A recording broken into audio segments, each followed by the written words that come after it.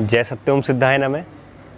अभी कुछ दिनों से मेरे पास मेरे जो रिलेटिव्स हैं या मेरे जो दोस्त हैं उनके काफ़ी मैसेजेस आ रहे हैं कि यार तेरा चैनल जो था वो सक्षम शायर नाम से है और शायरी काफ़ी दिनों से आई नहीं है। तो मैं आज आप सभी के सामने अपने दो शेर लेकर आया हूँ। दोनों बहुत डिफरेंट हैं अपने लेवल में। मैं दोनों को एक्सप्लेन करूँगा और बताऊँगा कुछ बातें आपको इनसे रिलेटेड। तो पहला शेर पढ़ता हूँ मैं। मेरे संगीत की साज़ शायरी की लय हो तुम, मेरे संगीत की साज़ शायरी की लय हो तुम, हर बार जिस बाजी पर हारा ये दिल, उसकी मात और शय हो तुम, उसकी मात और शय हो तुम।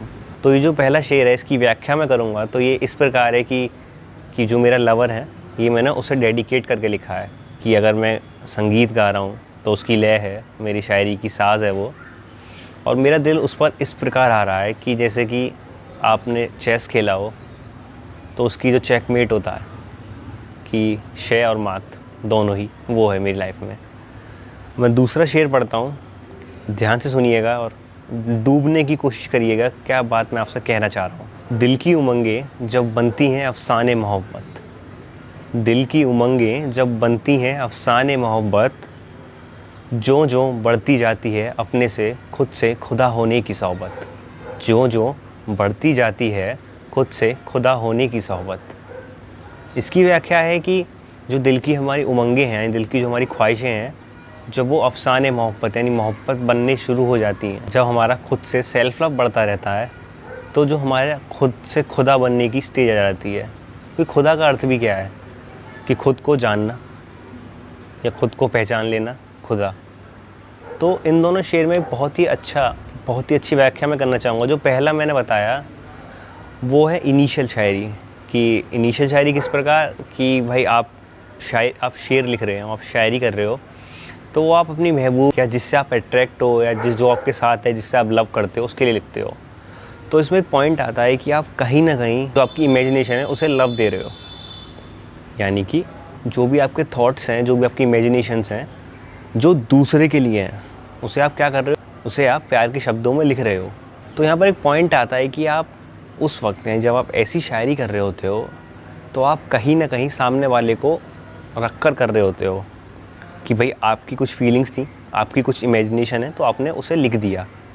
हो सकता है सामने वाला ऐसा ना हो, या फिर आप इसके माध्यम से सामने वाले को बता रहे हो कि देखो तुम्हारी ये वैल्यू है मेरी लाइफ में और तुम ऐसा ऐसा ऐसा मेरी लाइफ में बन जाओ, तुम वास्तविकता में ऐसी नहीं हो या ऐसे नहीं हो। ठीक है। और दूसरा पॉइंट ये आता है कि आपने ये शायरी लिखी तो हो सकता है सामने वाला या सामने वाली कि जो आपकी जो पूरी फीलिंग्स थी उसे वो पूरा ना पकड़ पाई हो, तो आपको लगेगा, आप छिन्न हो जाओगे, मतलब आपको अच्छा नहीं लगेगा। यार मैंने इतने प्यार से अपनी इमेजिनेशन को उतारा अपने शब्दों में और उसे अच्छी नहीं लगी। इससे भी वर्स्ट केस क्या है कि सामने वाला है आपका दिल तोड़ गया, फिर आप सैड पे आ जाओगे क्योंकि आप सामने वाले के अकॉर्डिंग लिख रहे हो शायरी। और जो दूसरा वाला है यानी खुद से खुदा होने की सोहबत, तो ये है आपका सेल्फ लव, यानी कि जो आपको खुद का लव है, जो आपके क्लाइमैक्स पर पहुंच चुका है। पहली वाली पे आप क्लाइमैक्स पे नहीं थे और आप दूसरे के लिए लिख रहे थे, जिसमें आपको डाउट भी था कि यार उसे पसंद आएगी या नहीं। लेकिन जो दूसरी वाली है खुद से खुदा होने की सोहबत, आप इसमें क्लियर हो कि यार ये मेरे लव है, ये मेरी क्लाइमैक्स पॉइंट है और मुझे इस पर कोई डाउट नहीं है, ना मुझे एक्सपेक्टेशन है क्योंकि मैंने खुद लिखी है, अपने लिए लिखी है और मुझे पता है ये अच्छी है। स्टेज पर आके जब आप ऐसी शायरी लिखते हो तो आप एक डिवाइन लव की ओर जाते हो, यानी ईश्वरीय प्रेम, क्योंकि सबसे ऊपर वही आता है। अब ईश्वरीय प्रेम का मतलब ये नहीं है कि आप किसी भगवान की तरफ प्रेम करने लग जाओ।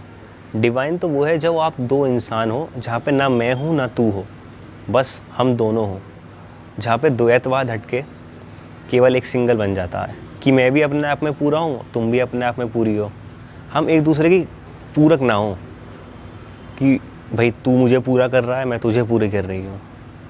आप उस स्टेज से ऊपर जा चुके हो, आप खुद में भी पूरे हो और जो आपके सामने वाला है या सामने वाली है वो भी खुद में पूरी है। तब आती है डिवाइन लव की स्टेज। तो दूसरी वाली दर्शाती है कि आप डिवाइन लव की ओर हो। देखिए गलत कोई नहीं है कि मैं किसी की शायरी को गलत कह रहा हूँ या मैं किसी की शायरी का लेवल कम कह रहा हूँ। बस ये एक वे है कि आप किस तरह अपने क्लाइमैक्स लेवल पर पहुँच सकते हैं और यही एक बेस्ट वे है अपने क्लाइमैक्स लेवल पर पहुँचने का। क्योंकि स्टार्टिंग सभी की ऐसे रहती है कि कुछ कभी आपके शब्द क्लियर नहीं होते, कभी आपके थॉट्स थोड़े से टूटे फूटे रहते हैं। टूटे फूटे इन द सेंस कि आप उन्हें एक लय में जोड़ नहीं पाते। और ये सब चीज़ें, ये जो शायरीज़ हैं, इस लेवल पर पहुंचने के लिए मेरी जो हेल्प करी मेरे गुरु ने करी, मेरा अध्यात्म जो उन्होंने मुझे सिखाया, मेरा ध्यान योग, रही क्रिया योग जो उनकी देन है।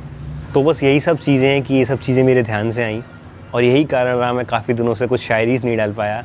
I hope you like it, और मिलते हैं बहुत जल्दी एक और नई शायरी के साथ, एक और नई वीडियो के साथ। इसी के साथ एंड करते हैं। जय सत्यम सिद्धाय नमः, जय गुरुदेव।